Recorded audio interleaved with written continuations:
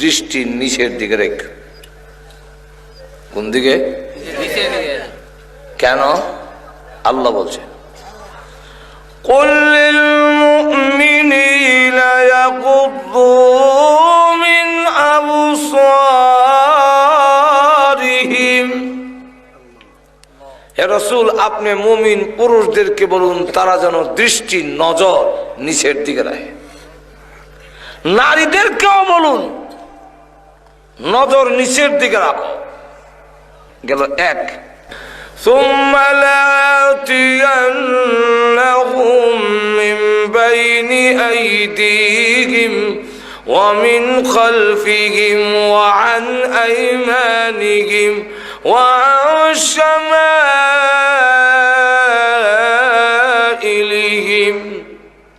শয়তান সামনে পিছনে ডাইনে বামে চতুর্দিকে জাল হত্যা তোমার জাহান্নামে না নিয়ে ছাড়তাম না। তাহলে এক নম্বর হলো চোখের হেফাজত, দুই নম্বর হলো তোমার মুখটারে হেফাজত করো, জবানটারে কন্ট্রোল করো, মিথ্যা কথা কইও না, পরের বদনাম করো না, এই ইয়ে দিয়া জবানটারে দিয়া হারাম খাইও না। জবানটারে যদি তুমি বন্ধ রাখতে পারো, জবানকে তুমি যদি হেফাজত করতে পারো, তোমার সম্মান বাড়বে ছাড়া কমবে না। দুই নম্বর আলাক, জবান বন্ধ করো, প্রয়োজন ছাড়া কথা বইল না। যদি তোমার জবান কন্ট্রোল করতে পারো, জেনে রাখো ওই জবানে মহান আল্লাহর নাম যদি জারি রাখো, বেহুদা কথা বইল না।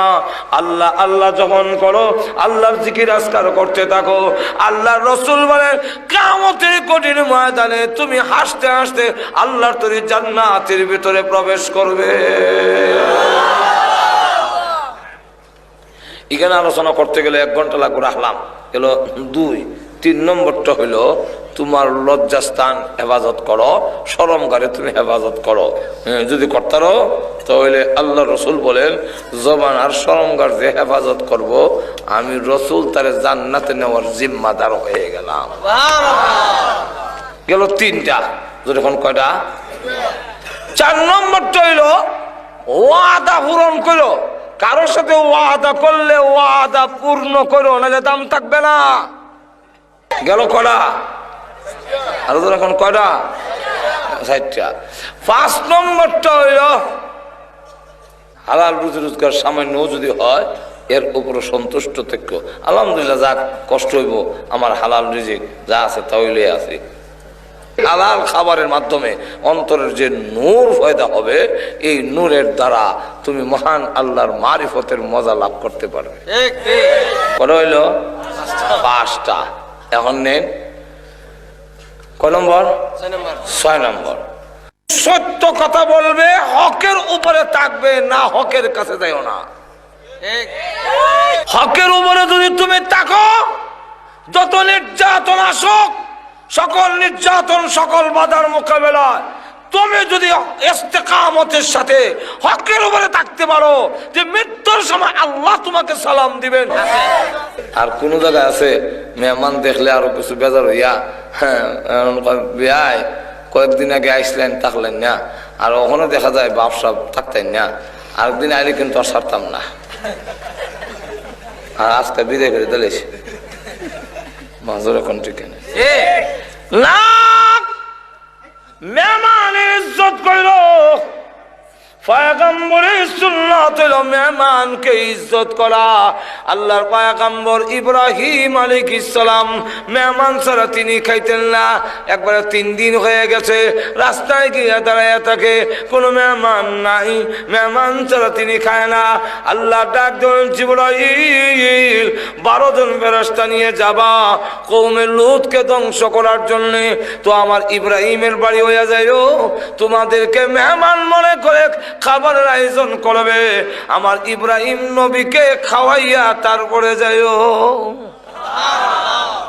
এখন ইব্রাহিম আলাইহিস সালাম 3 দিনের ক্ষুধার্ত, খাওয়া শুরু করছে, মেহমানের সাথে কথা কয় আর খায়, কিন্তু মেহমানরা তো হাত বাড়ায় না, কারণ ফেরেশতা তো এরা তো খায় না, খালি ঠেলে ঠেলে ইব্রাহিম নবীরে দেয়।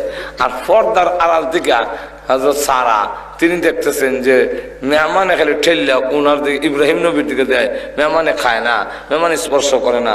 তখন ডাক দিয়া কয়, ও স্বামী, আপনার মেহমান দি খায় না কিতা? হ্যাঁ খায় না, অহংকে মনে হয়েছে আপনারা কি জাল বেশি গেছে, লবণ বেশি হয়েছে, খান না কেন, পেরেশান হয়ে গেছে। তখন জিবরাইল চিন্তা করলো এখন যদি পরিচয় না দেই ইব্রাহিম নবীর পেরেশানি আরো বাড়বে।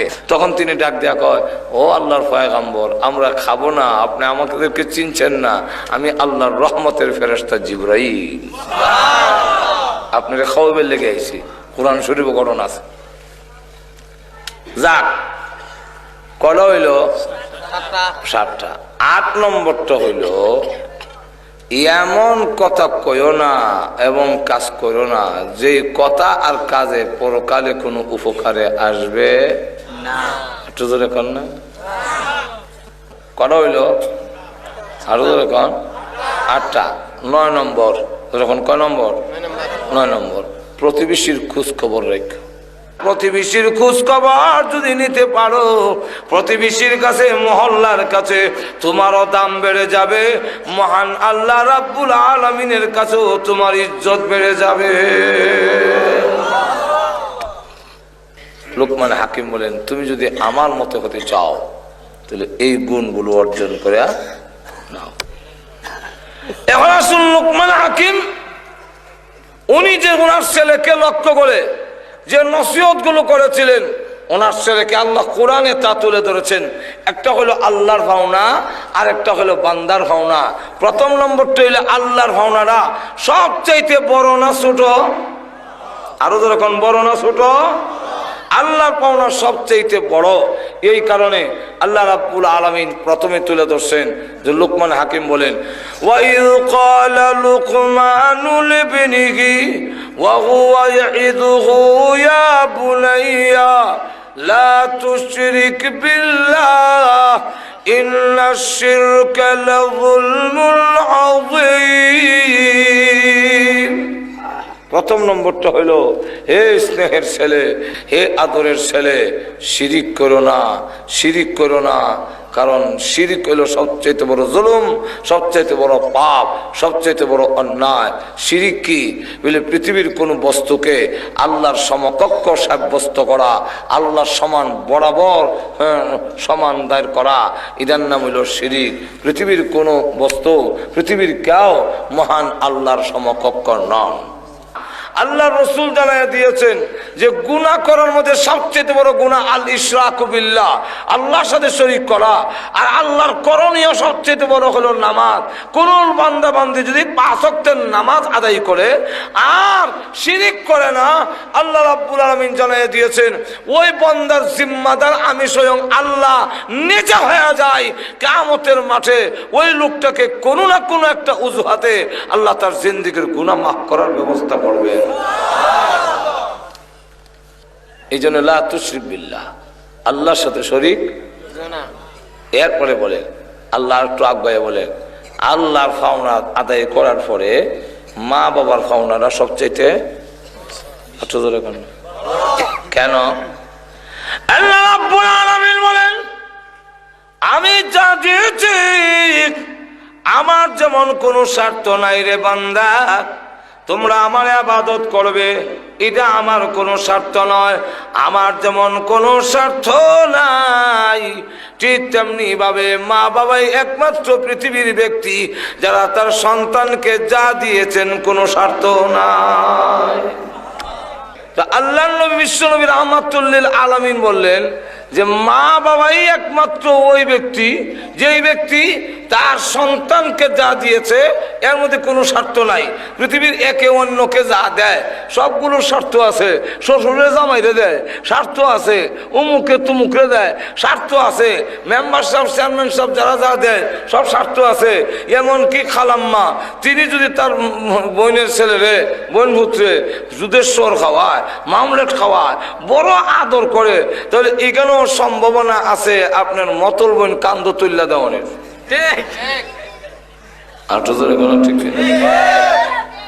আর মা বাবা যা দিয়েছেন কোনো স্বার্থ নাই। আমাদের সমাজের কিছু লোক আছে এরা বউর কাছে মুড়ি দিয়ে গেছে, না বউ যেমনি কয় কিন্তু বোর কথায় যে সব জায়গায় চললে লস হওয়ার সম্ভাবনা আর তো তখন না আসেনি। যা টাকা ফাটায় বোন নামে ফাটায়, এক টাকাও অন্য মা বাবার নামে ফাটাইতে পারে না, আর কোনো খোঁজখবরও নিতে দেয় না। এই অবস্থায় চলছে 10 বছর। একদিন কাবাগর তোয়াফ করে আল্লাহর এক ওলির সাথে দেখা হয়েছে। জিজ্ঞাসা করে, হ্যাঁ আমি একটি ঘটনা জানতে চাই। সেটা হলো খানায় কাবা যখন তোয়াফ করি, এত তোয়াফ করি কিন্তু কেন যেন আমার ভালো লাগে না। তোয়াফ করতে মজা লাগে না, নামাজ পড়তে কেন গো আমার ভালো লাগে না। আল্লাহর ওলি জিজ্ঞাসা করেন, ভালো না লাগার কারণ আমি তো যা বুঝি তোমার মা বাপ আসেনি, ক আছে যোগাযোগ আসেনি, ক 10 বছরের ভিতরে যোগাযোগ নাই। এমনি ডাক শোনো, আল্লাহ নবী বলেছেন মা বাপ যদি অসন্তুষ্ট থাকে ওই সন্তানের আমলনামা আসমান আর জমিনের মাঝখানে ঝুলন্ত থাকে, মহান আল্লাহ রাব্বুল আলামিনের দরবারে তা কবুল হয় না। যেহেতু পেছনের ইবাদত আল্লাহর দরবারে কবুল হয় না, এই কারণে সামনে ইবাদত করার জন্য আগ্রহ আর সৃষ্টি হয় না। যতদিন পর্যন্ত মা বাপ খুশি না হয় তার ইবাদত আল্লাহর দরবারে কবুল হয় না। এই কথাটায় দারুণ আঘাত লাগছে। এবার নিয়ত করছে দেশে গেলে বউ তাহক আর যাক, মা বাপ না দেখাইতাম না। সময় আর কি 10 বছর পরে আইছি। আইয়া মনে করেন বাসুদেব বাজারে নামছে, কেমনে যাইতাম একটু খোঁজ খবর লই। 10 বছরের ভিতরে কোনো খবর নাই। আর ইনি মানুষও তারা কেউ অনেকে চিনে না। ফাঁক পরের এক দোকানে গিয়ে জায়গায় কেউ ভাই ফাঁক পরের সেরা গাড়ি সামনে চিনুনি, ও চিনতাম না হলে আমরা পাশের বাড়ি। উনি আসেনি। আরে উনি কেমন আছে? উনি তো নাই, মারা গেছে। কেমনে? এবার তো 2টা চোখ নষ্ট হয়ে গেছিল, চিকিৎসা করতে পারছে না। অভাব অনটন করতে করতে আমরা গ্রামে ভিক্ষা করতে, এরপরে আমরা সাহায্য সহযোগিতা দিতে বহু চেষ্টা করে শেষে চিকিৎসার খরচ দিতে পারে নাই বলে আস্তে আস্তে দুঃখে দুঃখে পৃথিবীর থেকে বিদায় হয়ে গেছে। ছেলের অন্তরে আস্তে আস্তে আঘাত লাগতেছে। আচ্ছা, ওনার ওয়াইফের অবস্থা বলে উনিও না তাহার মতো আছে, কি তো হয়েছে? তারও 2টা চোখ নষ্ট হয়ে গেছে।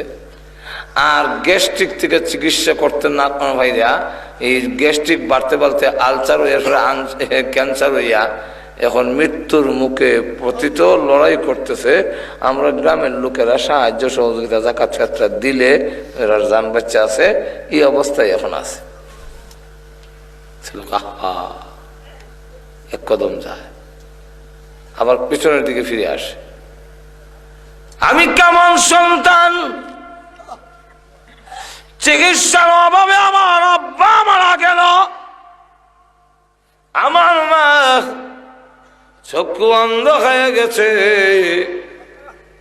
ক্যান্সার হয়ে গেছে। এখন আমার মা বেঁচে আছে, শুধু জানটা আছে দেহের ভিতরে। আমি আমার মার সামনে যাওয়ার পরে কোন মুখে আমি মা মা বলে ডাক দিব?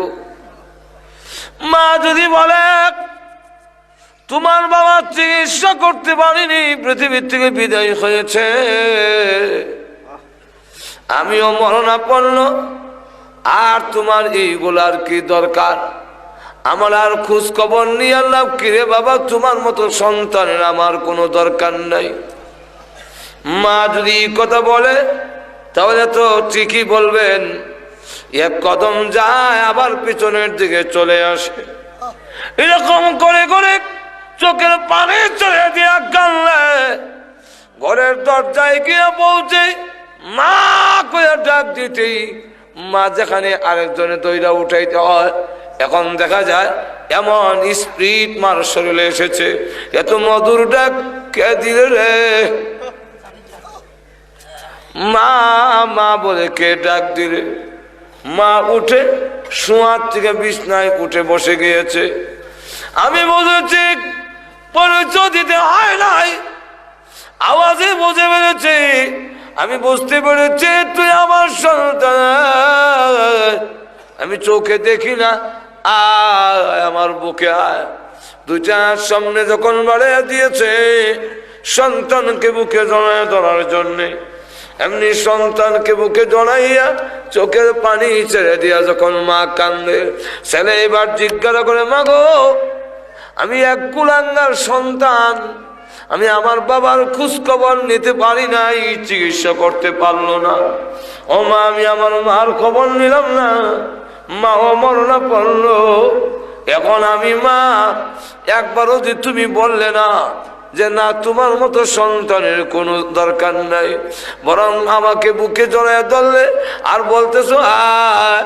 আমি চোখে দেখি না, আমি হাত দিয়ে দেখবো তুই আমার সন্তান কত বড় ঈশ্বর। ও মা, একবারও দিয়ে বললেন না কেন? মা ডাক দিয়া বলে, না বলার কারণ হইল আমি মা তোমাকে গর্ভে রেখেছি, দুধ খাওয়াইছি, পেশাব পায়খানা করেছি, কোনো কিছু পাওয়ার আশায় করি নাই রে বাবা, মা হিসাবে তা করেছি। এই কারণে আল্লাহ রসুল বলেন, মা বাবার পাওনা সারা জীবন পরিশোধ করলেও তোমার শেষ হবে না। তাহলে এতে বোঝা যায় মা বাবা তার সন্তানকে যা দিয়েছেন সম্পূর্ণ দিয়েছেন একমাত্র নিঃস্বার্থভাবে। আরো জোরে কোন ঠিক? তাহলে এই জন্যে আল্লাহ রাব্বুল আলামিন তার হুকুমের পরে মা বাবার কথা তুলে ধরছেন। আমরা যুবক ভাইদেরকে বলবো, মা বাবার খেদমত করতে রাজি আছেন তো? আরো যখন রাজি আছেন? আর আল্লাহর পাওনা হইল সবচেয়ে বড় পাওনা, নামাজ আদায় করা, এটা হইলো আল্লাহর সবচেয়ে বড় পাওনা। এক সাহাবী জিজ্ঞাসা করেন, ইয়া রাসূলুল্লাহ, আমার মা আমার কোলে নিয়েছে, আমি কোলে নেই, আমার মা আমার মুখে খাবার তুলে দিয়েছে, আমি খাবার তুলে দেই, আমার মা আমারে গোসল করেছে, আমি গোসল করাই, আমার মা আমার তেল মালিশ করছে, আমি তেল মালিশ করে দেই, আমার মা পেশাব পায়খানা পরিষ্কার করছে, আমি করে দেই, আমার মার পাওনা হক আদায় হবে কি? আল্লাহ নবী, বিশ্ব নবী রাহমাতুল লিল আলামিন বলেন, হবে না। বলে কেন হবে না? বলে সন্তান বুড়া মা লালন পালন করে আর মা বাবা তার সন্তান লালন পালন করে, দুইটার মধ্যে বেশ কম হইল নিয়তের মধ্যে। সন্তান লালন পালন করে মা বাপ,